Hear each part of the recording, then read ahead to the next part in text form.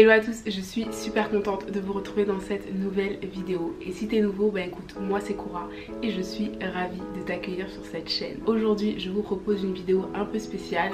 Je dois l'avouer, au début, je ne pensais pas la publier maintenant. Je pensais venir vous la présenter à la fin de l'année comme un bilan. Mais c'est vrai que le jour où j'ai réalisé ce vision board, je l'avais partagé un petit peu en story Insta et je sais que ça avait suscité l'intérêt de certaines personnes. Donc tout simplement, je vous ai posé la question à savoir si une vidéo sur le vision board et l'organisation 2020 ça vous intéressait, et à la majorité vous m'avez dit que oui. Donc je me suis dit que c'était le moment de vous partager cette vidéo en espérant vraiment qu'elle vous inspirera et qu'elle vous aidera à vous organiser pour 2020. Allez, c'est parti.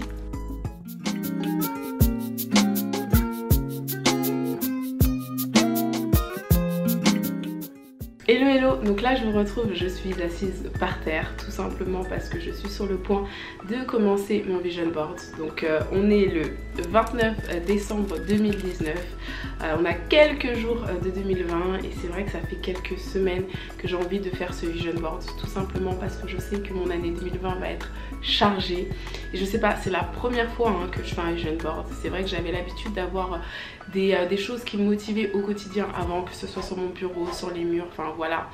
Mais là, c'est la première fois que je fais quelque chose vraiment dédié à une année en particulier. Tout simplement parce que j'ai plein d'objectifs, plein de projets à atteindre en 2020. Et je me suis dit que ce serait bien d'avoir une vision d'ensemble pour pouvoir mieux m'organiser. Parce que je pense que ouais, le mot d'ordre de 2020, ça va être organisation. Pour pouvoir tout mener de front et pour pouvoir concrétiser le maximum de projets. Donc sans plus tarder, je vais vous montrer tout ce que j'ai acheté pour m'aider à réaliser ce vision board. Et ainsi que tout le process par lequel je suis passée, que ce soit pour la sélection des images, pour l'impression des images, enfin bref, je vous dis tout et je vous embarque avec moi pour la construction de mon vision board 2020. Qui dit vision board dit board. Moi en l'occurrence j'ai opté pour un cadre, mais après libre à vous de choisir le format qui vous plaît. Là vraiment la liste que je vous donne c'est la liste que j'avais en tête, et pour être honnête avec vous, il y a même des choses que je n'ai pas utilisées, mais voilà, j'ai décidé quand même de vous partager tout ça parce que ça peut peut-être vous inspirer et faire en sorte que votre vision board soit à votre image. Donc laissez libre cours à votre imagination. Si cette liste vous plaît, n'hésitez pas à faire un screenshot, et si toutefois vous avez d'autres inspirations, d'autres idées, n'hésitez pas à me le dire dans les commentaires ou à me taguer sur Instagram, parce que qui sait, peut-être que moi aussi je m'inspirerai de vous pour mon prochain vision board. C'est vrai qu'avant de passer à la partie réalisation du vision board, il faut aussi avoir des images. Donc pour ça je me suis essentiellement appuyée sur Google. Je me suis pas du tout cassé la tête à savoir si c'était des images libres de droit ou pas, tout simplement parce que voilà, c'est pour des fins personnelles, je ne vais pas revendre mon vision board, je ne vais pas, voilà. Ok, je vais peut-être montrer quelques photos sur internet, mais il n'y a pas de fin commerciale derrière. Donc je me suis permise de faire mon marché. Et après, autre chose que j'ai utilisée, ça a été essentiellement Photoshop pour pouvoir avoir toutes les images dont j'avais besoin sur plusieurs plaquettes pour les imprimer et après les découper. Après je vous dis Photoshop tout simplement parce que c'est ce que j'utilise avec mon Mac, mais j'ai aussi fait quelques plaquettes depuis mon téléphone en utilisant Photogrid ou n'importe quelle application qui permet en fait de rassembler plusieurs images sur une seule feuille. Mais c'est vrai qu'avec Photoshop on perd moins de place dans la feuille. Concernant le choix des images, ça a été assez simple. Voilà, moi ça fait plusieurs semaines que je pense et que je réfléchis à comment organiser 2020. J'avais déjà la liste de tous les projets, tous les objectifs que je me suis fixé pour 2020 et j'ai tout simplement suivi ma liste. Et après c'est vrai qu'il y a toujours quelques images qui quand vous tombez dessus vous inspirent, vous motivent. Donc voilà, j'ai fait mon petit marché. Je peux pas vous dire combien d'images j'ai au total parce que je ne les ai pas comptées. J'espère tout simplement que mon tableau sera assez grand. En tous les cas rien n'est figé. Si c'est pas sur mon tableau que je le mettrai, ça sera dans mon agenda. Tout ce qui peut m'inspirer et m'aider à réaliser tous mes objectifs pour 2020, ça va être mis en place pendant l'année. Et voilà, c'est pas parce que c'est pas sur le vision board que je ne vais pas réaliser d'autres projets, et c'est pas parce que j'ai pas mis telle phrase que pour autant je ne vais pas être motivée pendant l'année. Vraiment le vision board je le vois plus comme une vision d'ensemble de ce que je veux réaliser, et surtout une vision quotidienne parce que je compte l'accrocher dans mon appartement pour pouvoir le voir tous les jours et rester focus. Là je vais finir la dernière plaquette pour l'imprimer et enfin commencer ce vision board.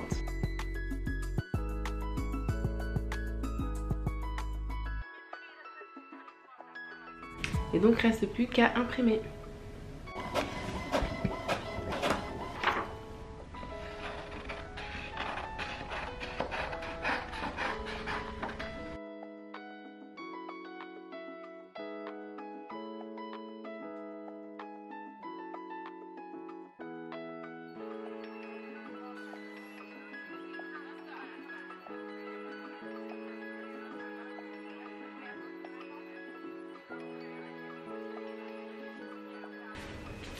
Donc là on va ouvrir le cadre en espérant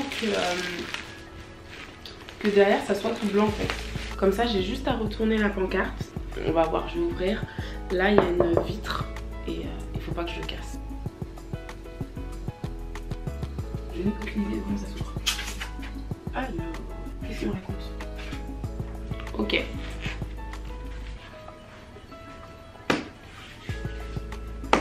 C'est la première fois que je vois quelque chose comme ça.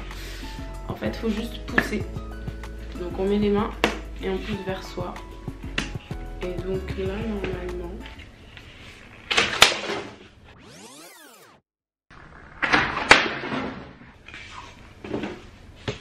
on est passé à 2 doigts de la casse.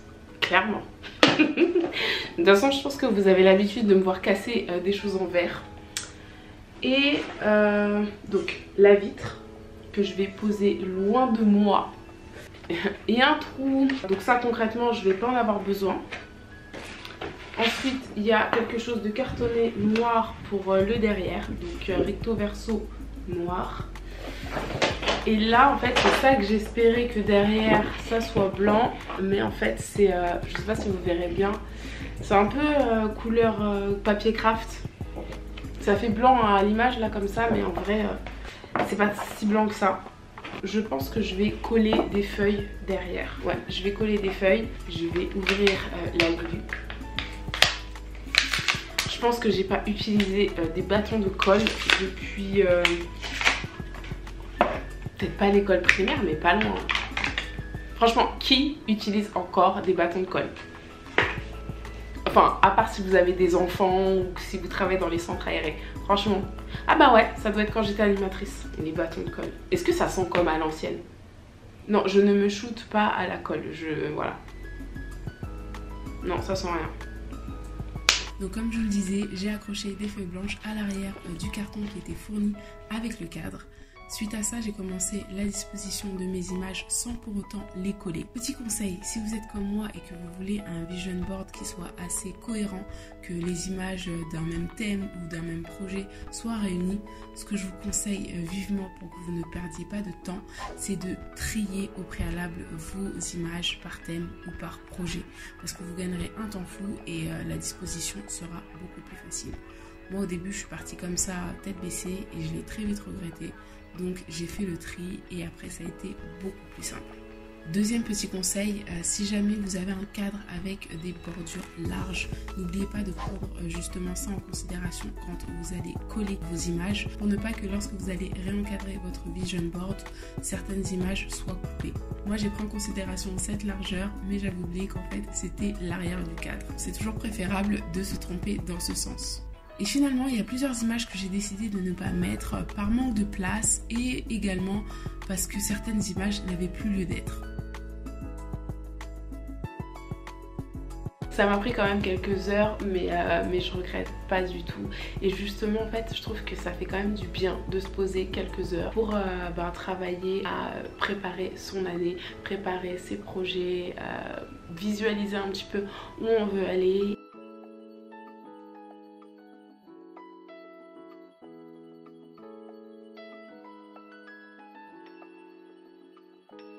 Donc après quelques heures, ça y est, mon vision board est enfin terminé. Donc là je suis super contente. Franchement j'ai hâte. J'ai l'impression que c'est comme si là au 1er janvier, j'étais sur les starting blocks et qu'il fallait que je commence tout. Bon, il y a déjà des projets qui sont en cours, c'est vrai, il y en a d'autres qui vont commencer mais qui n'aboutiront pas en 2020, j'en ai également confiance. Là, le vision board est prêt. Je pense que je vais le prendre en photo et qu'après, ça va devenir également mon nouveau fond d'écran sur mon Mac. Je vais aussi me baser sur ça pour prévoir chaque mois les objectifs que je veux atteindre. Mais vraiment, ce vision board, j'en suis très contente. J'avais pas vraiment d'idée à quoi je voulais qu'il ressemble, mais c'est vrai que je suis contente. J'ai dessiné, bon, j'ai essayé. Après, je sais pas si ça vous fait ça, mais quand vous savez que vous n'avez pas le droit de rater, c'est là que vous faites des trucs un peu bizarres. Mais je trouve que quand même, dans l'ensemble, il est assez joli. Là, c'est sous mes yeux, je peux plus faire l'autruche. Et j'ai vraiment hâte de savoir à l'issue de ces 12 prochains mois, est-ce que j'aurai atteint tous les objectifs que je me suis fixés. J'ai essayé de fixer des objectifs réalistes. C'est pour ça que j'ai pas mis une grosse maison, j'ai pas mis... Enfin voilà, je me suis dit aussi, il n'y a que 12 mois, donc faut quand même rester réaliste. C'est bien de rêver, des rêves j'en ai plein la tête, plein d'autres que je n'ai pas mis sur ce vision board. Mais vraiment, faut rester, pour ne pas être frustré, faut quand même se fixer des objectifs réalistes et réalisables. Donc je pense que c'est ce que j'ai fait, même s'il est plein. Et comme vous avez pu le voir, il y a des photos que je n'ai pas mises tout simplement parce que entre le moment où j'avais fait la liste de tout ce que je voulais faire et obtenir en 2020, il y a des choses qui se sont déjà concrétisées comme cette caméra. Donc j'ai pas voulu le mettre parce que ça allait prendre de la place inutilement et c'est pas parce que c'était dans ma liste 2020 que c'était figé et que je devais attendre janvier. Voilà, je sais qu'il y a beaucoup de gens qui n'aiment pas tout ce qui est résolution ou qui se disent pourquoi un changement de date ça change tout dans une vie. Moi je dis pas que le 1er janvier et au 31 décembre 2020 tout va changer ou tout va être cloisonné. Je dis juste que voilà, c'est un nouveau start. Moi c'est une année super importante pour moi et je me suis dit que voilà, fallait que je marque le coup et dans quelques années, si je suis encore là, hein, sur YouTube ou même sur Terre, enfin bref, je serais contente d'avoir ce petit souvenir.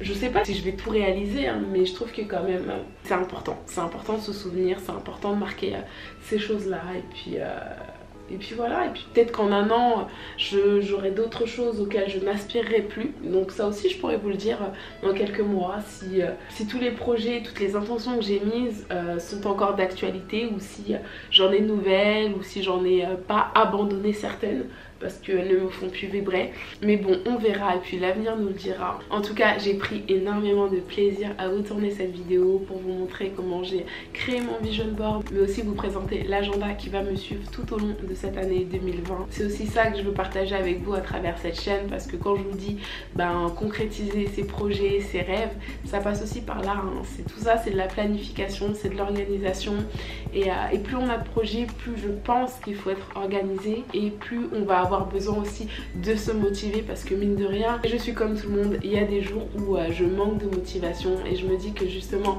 de voir ce tableau et de me dire que voilà, tu as passé des heures à le faire, à y réfléchir, c'est pas juste pour qu'il décore ton appart, c'est pour que justement, comme je dis toujours, je fais mes rêves des projets et après je les réalise. Donc de les voir là, de les visualiser chaque jour, parce que je vais vraiment les mettre dans un emplacement où concrètement je ne peux pas les rater.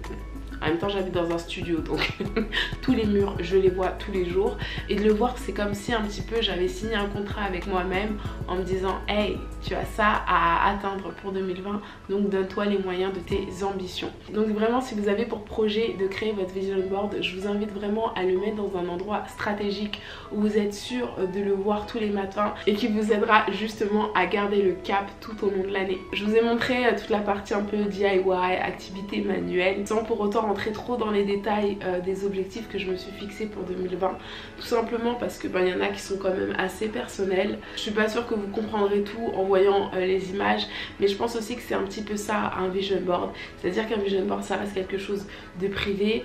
Je sais aussi que j'habite dans un studio, donc potentiellement tous les gens qui viendront chez moi verront ce vision board et j'ai pas forcément envie que tout le monde comprenne tout dans les détails, et je pense que ça peut être également la même chose pour vous si vous habitez avec quelqu'un, si vous partagez votre chambre, enfin voilà, ça reste quand même quelque chose d'assez personnel, mais je voulais quand même partager avec vous le processus de création de ce tableau. La prochaine étape c'est l'agenda, donc je vous le montre sans plus tarder. Alors si, on va un petit peu tarder, tout simplement parce que la vidéo allait être beaucoup trop longue, donc j'ai préféré la découper en 2 parties. Mais vous inquiétez pas, la deuxième partie arrive très très vite. Et d'ailleurs, si vous avez aimé cette vidéo, je vous invite à la partager, à la liker pour que justement YouTube puisse la proposer au plus grand nombre. Et si toutefois vous ne voulez pas manquer la deuxième partie de la vidéo et que vous n'êtes toujours pas abonné, dans ces cas-là, je vous invite à vous abonner. Et en attendant de vous retrouver très vite pour la suite de cette vidéo, je vous souhaite plein de bonnes choses, beaucoup de réussite et surtout n'oubliez pas, dream, plan, act and be patient. See you soon. Bye bye.